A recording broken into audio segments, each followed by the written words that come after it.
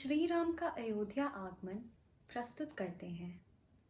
हमारा सौभाग्य है कि हमारे अनुरोध पर विशिष्ट शिक्षाविद और लेखक प्रोफेसर पवन कुमार सिंह ने ये प्रसंग सुनाना स्वीकार किया है।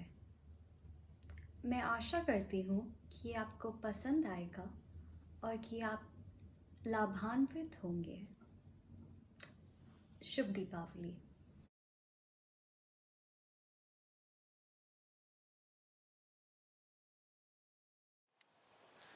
हार्दिक प्रणाम। आज मैं आपको राम कथा सुनाऊंगा और उस अंश को जिसमें श्री राम जी, सीता जी और लक्ष्मण जी रावण के वध के उपरांत लंका से अयोध्या लौटते हैं और अयोध्या में उनका आगमन होता है। राम जी के लौटने का की जो प्रसन्नता है अयोध्या में छाई हुई है, उन सब का वर्णन संक्षेप में करूंगा और फिर राम जी के अयोध्या लौटने का तात्विक और मार्मिक अर्थ क्या है यह भी बताने का प्रयास करूंगा। तो चलिए पहले चलते हैं लंका।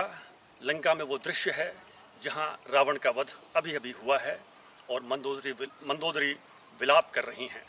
मंदोदरी विलाप करते करते भी राम जी का गुणगान करती हैं, स्मरण करती हैं और इस चीज़ का अहोभाग्य मानती हैं कि रावण का वध राम जी के हाथों हुआ है। उसके बाद विभीषण जी भी विक्षिप्त से हो जाते हैं क्योंकि उनके बड़े भाई रावण हैं, उनकी मृत्यु हो गई है। राम जी समझाते हैं विभीषण को और कहते हैं कि अब आप अपने बड़े भाई रावण के अंत्येष्टि क्रिया को संपन्न करिए। विभीषण जी रावण का अंत्येष्टि क्रिया करते हैं और उसके बाद सबसे पहला कार्य देखिए करते हैं राम जी कि विभीषण का वहाँ पर वो अभिषेक करते हैं, वहाँ राज्याभिषेक करते हैं।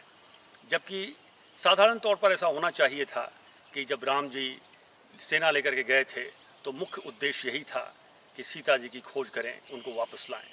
लेकिन अब सीता जी तो सुरक्षित ही हैं और पहली जो चिंता होती है राम को वो लंका के सारी जनता की चिंता होती है। और इसी जनमानस की चिंता के लिए तो राम पूरे भारत के प्रतिष्ठा के या यूँ कहिए कि चरित्र के प्रतीक हैं। और सबसे पहले उन्होंने चिंता उनको हुई लंका के निवासियों की और विभीषण का अभिषेक किया गया, राज्याभिषेक किया गया।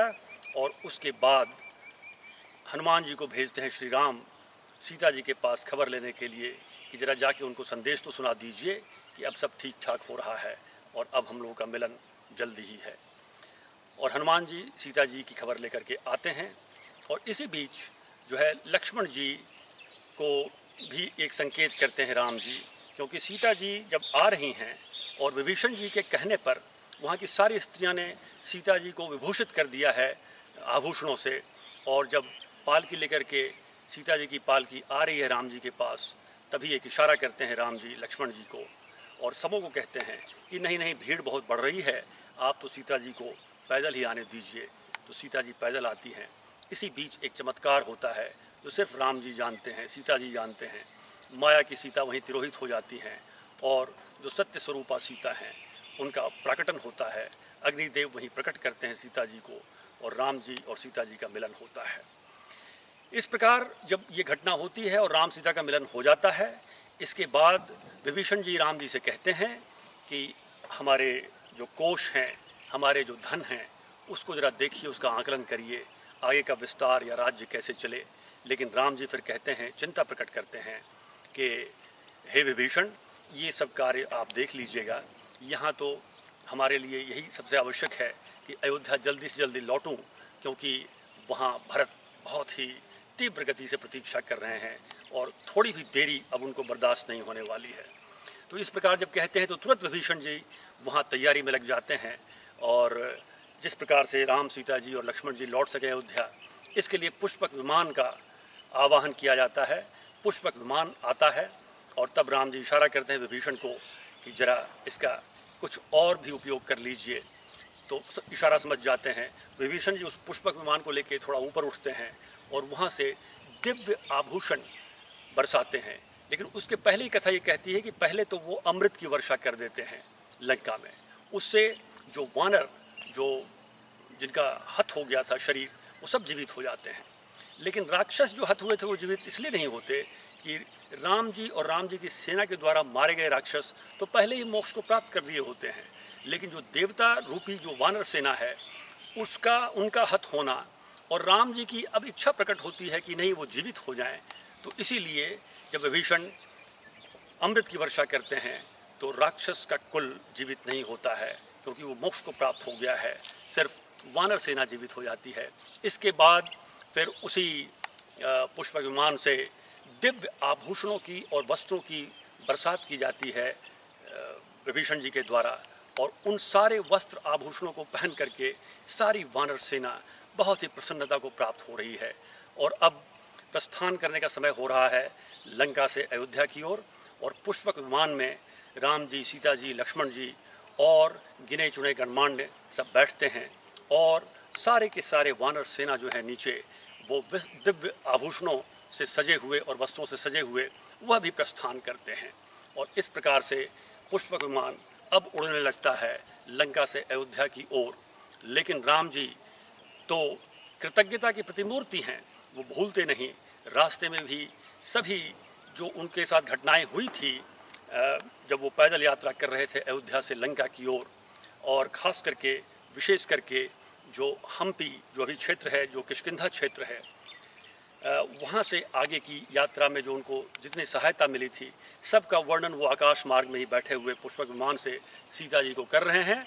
और इस बीच उनको याद आता है निषाद राज गुह की मित्रता, और वो पुष्पक विमान को उतार करके उनसे मिलते हैं, मिलन करते हैं, उनको साथ लेकर के अयोध्या जाते हैं। और इस बीच वहाँ जब अयोध्या उतरते हैं तो पहले हनुमान जी को कहते हैं राम जी कि जाके ज़रा खबर कर दीजिए भरत जी को। भरत जी विह्वल हैं, और हनुमान भरत मिलन जब वहाँ उस समय होता है वो बहुत ही मार्मिक प्रसंग है। और उसके बाद फिर श्री राम जी भी और सीता जी और लक्ष्मण जी सभी अयोध्या की तरफ बढ़ते हैं, और देखते हैं कि पूरा का पूरा जो है पूरा अयोध्या उमड़ा पड़ा हुआ है। तो बहुत ही एक अच्छी बात वहाँ ये मिलती है हमें सीखने को कि राम जी वहाँ अनेक रूप प्रकट कर लेते हैं और हर रूप से हर व्यक्ति से मिलते हैं। देखिए, साधारण जनता या आम जनता हम जिनको कहते हैं वो कितने ख़ास हैं, वो कितने विशिष्ट हैं राम के लिए, यही तो राम तत्व है, और सबों से वो मिलते हैं। उसके बाद तो बिल्कुल एक विह्वल सा दृश्य उपस्थित हो जाता है। राम जी, सीता जी, लक्ष्मण जी पहुँचते हैं राजभवन के पास, गुरु वशिष्ठ से मिलन होता है। भरत जी तो अष्टांग पूरी अपनी शरीर के साथ ज़मीन पर पड़े हुए हैं, उठते नहीं उठते, विह्वल हो रहे हैं। और इस प्रकार से भरत जी का, वशिष्ठ जी का, इधर सीता जी, राम जी, लक्ष्मण जी से मिलन होता है। और जब रनिवास में पहुँचते हैं, जब महल में पहुँचते हैं, तो वहाँ माताओं के साथ जो मिलन होता है इन तीनों का विशेष करके, उसकी कथा तो शब्दों में कहना बड़ा ही दुष्कर है। लेकिन जिस प्रकार से कौशल्या जी की विह्वलता, या जिस प्रकार से कैकेयी जी की सकुचाई हुई मूर्ति, या जिस प्रकार से सुमित्रा जी का स्नेह भरा चेहरा जो अश्रुपूर्ण रहता है, ये सब दृश्य, और सीता जी का अपनी सभी सासू माताओं से मिलना, लक्ष्मण जी का सभी माताओं से मिलना, राम जी का सभी माताओं से मिलना, ये सारा दृश्य ऐसा उपस्थित होता है जैसे समझिए कि कहते हैं तुलसीदास जी अपने रामचरितमानस में एक उपमा देते हैं कि जिस प्रकार से बछड़े अपने खोई हुई गौओं माताओं के साथ मिलती हैं, या गौएं जिस प्रकार खोई हुई बछड़ों के साथ मिलते हैं, इस प्रकार से इनका आलिंगन मिलन सब होता है। और उसके बाद फिर धीरे धीरे सब अब व्यवस्थित वहाँ जो व्यवस्थित व्यवस्थाएं हैं सब उसके हिसाब से अपना आचरण करते हैं। और फिर जो गणमान्य अतिथि आए थे, वानर सेना आए थे, या गुह आए, निषाद राज, ये सब फिर लौटते हैं। अतिथियों का लौटना होता है, और उसके बाद बड़ा सुंदर रामचरितमानस में राम राज्य का वर्णन है। तो ये कथा तो इतनी मार्मिक है, आप इसको ज़रूर पढ़ें, अवश्य पढ़ें। लेकिन मुझे यहाँ ये कहना है कि इसका तात्विक अर्थ क्या है, संक्षेप में जितना मैं समझता हूँ बताता चलूँ।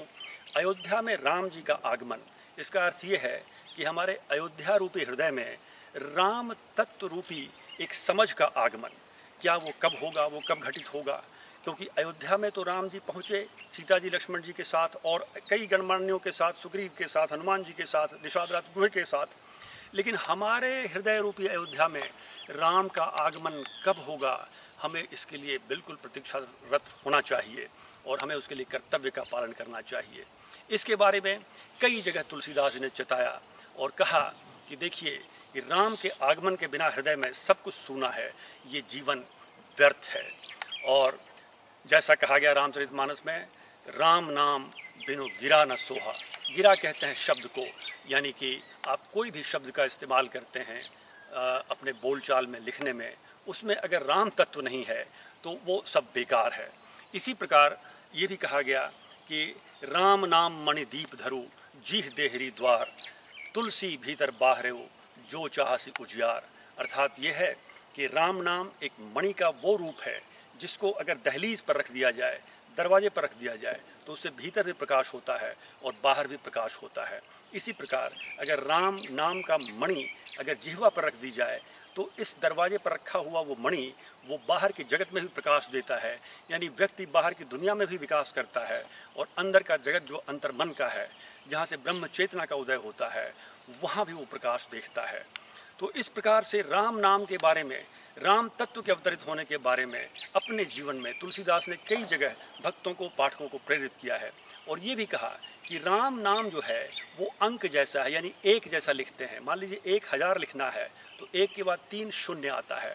तुलसीदास जी कहते हैं कि ये बाद के जो 3 शून्य हैं वो सांसारिक लाभ हैं, लेकिन वो अगर 1 के साथ, अंक के साथ है तो 1000 हो जाता है, और 1 हटा लिया जाए तो सब शून्य हो जाता है। अर्थात राम तत्व के प्रादुर्भाव के बिना जीवन में जो भी जागतिक आपकी उपलब्धि है, जिसको आप मानते हैं, वो सारा शून्य के बराबर है। तो समय हो गया है, मुझे इतना ही समय दिया गया था और मैं आप सबको साधुवाद कहना चाहता हूँ। और राम तत्व हमारे हृदय रूपी अयोध्या में उतरे, ये इस मंगल कामना के साथ मैं यहीं अपने इस एपिसोड को विश्राम देता हूँ। प्रणाम। The channel has stories in several different Indian languages, so choose what's best for you. If you would like to submit a story of your own, please do contact us using the links given in the description box below. Happy listening.